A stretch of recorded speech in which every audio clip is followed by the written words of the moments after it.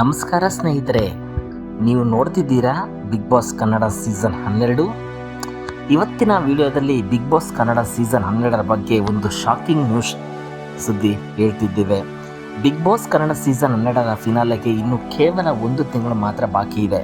ಈಗಾಗಲೇ ಸೋಷಿಯಲ್ ಮೀಡಿಯಾದಲ್ಲಿ ಗಿಲ್ಲಿ ನಟನೆ ವಿನ್ನರ್ ಅನ್ನೋ ಚರ್ಚೆ ಜೋರಾಗಿದೆ.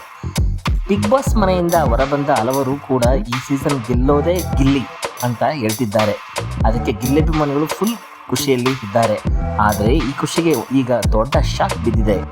ಪ್ರಸಿದ್ಧ ಜ್ಯೋತಿಷಿ ಪ್ರಶಾಂತ್ ಕಿಣಿ ಸೋಷಿಯಲ್ ಮೀಡಿಯಾದಲ್ಲಿ ಮಾಡಿದ ಒಂದು ಟ್ವೀಟ್ ಗಿಲ್ಲಿ ಫ್ಯಾನ್ಸ್ಗೆ ಕೋಪಕ್ಕೆ ತಳ್ಳಿದೆ.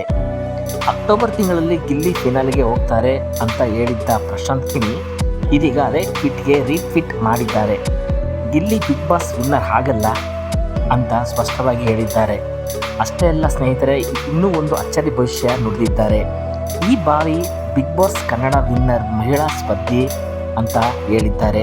ಇದರಿಂದ ಗಿಲ್ಲಿ ಮನೆಗಳು ಸಿಕ್ಕಾಪಟ್ಟೆ ಕೋಪಗೊಂಡಿದ್ದಾರೆ. ನಿಮ್ಮ ಭವಿಷ್ಯ ಸುಳ್ಳು ಮಾಡ್ತೀವಿ ಅಂತ ಕಾಮೆಂಟ್ ಮಾಡಿದ್ದಾರಂತೆ. ಇನ್ನೊಂದು ಕಡೆ ಫ್ಯಾನ್ಸ್ಗಳು ಯಾರು ಆ ಮಹಿಳೆ ವಿನ್ನರ್ ಅಂತ ಚರ್ಚೆ ಶುರುವಾಗಿದೆ.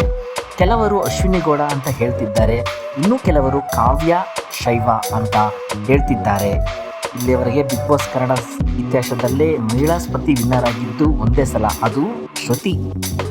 ಈ ಬಾರಿ ಮತ್ತೆ ಇತಿಹಾಸ ಮರುಕಳಿಸುತ್ತಾ ಅಥವಾ ಗಿಲ್ಲಿಯೇ ಟ್ರೋಫಿ ತಗೋತಾರ?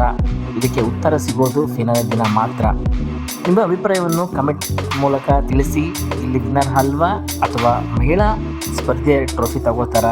ನಿಮ್ಮ ಅಭಿಪ್ರಾಯವನ್ನು ತಿಳಿಸಿ. ಈ ಥರದ ಬಿಗ್ ಬಾಸ್ ಅಪ್ಡೇಟ್ಗಾಗಿ ವಿಡಿಯೋ ಲೈಕ್ ಮಾಡಿ, ಚಾನಲ್ನ ಸಬ್ಸ್ಕ್ರೈಬ್ ಮಾಡಿ.